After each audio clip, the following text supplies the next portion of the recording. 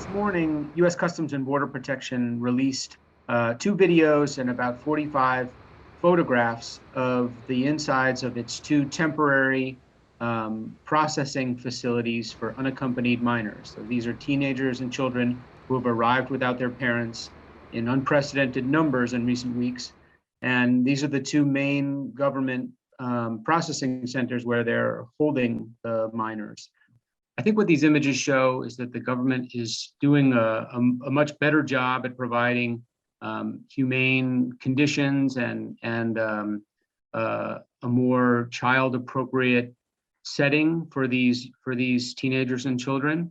There are recreation areas. There's clearly sanitary conditions. There are television monitors in these places, but the thing that's unmistakable is just the extreme overcrowding of the different partitioned enclosures inside these tent facilities, where you see young people lying down shoulder to shoulder with what appears to be barely any space to move around.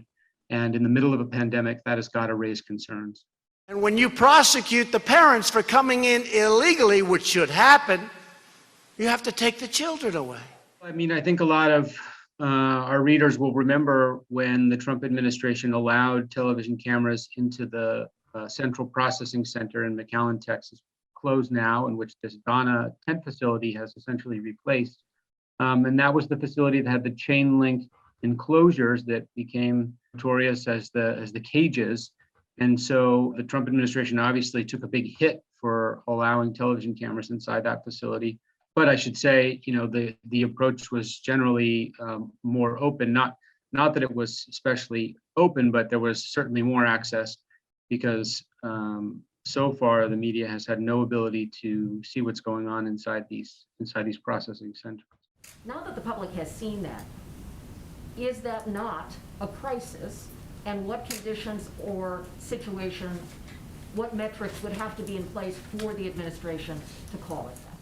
Well, children presenting at our border who are fleeing violence, who are fleeing prosecution, who are fleeing terrible situations is not a crisis. We feel that it is our responsibility to humanely approach this circumstance and make sure they are treated and put in conditions that are safe.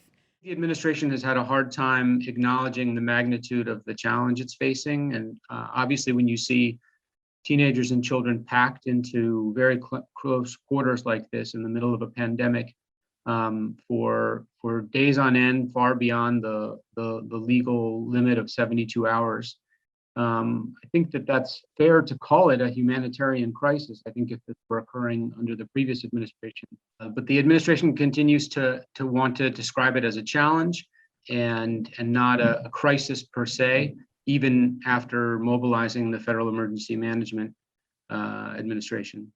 These photos show what we've long been saying, which is that these Border Patrol facilities are not places made for children.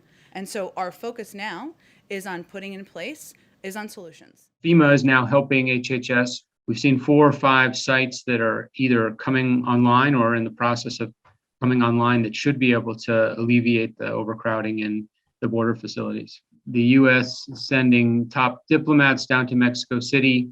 The Mexican government has already committed to increasing enforcement in southern Mexico, and it's mobilized the military as well as its National Guard and police to try to impede the entrance of more Central Americans. So it's possible that that at least in the short term, that will ease some of the pressure on both Customs and Border Protection and Health and Human Services as they really struggle with this unprecedented number of young people coming.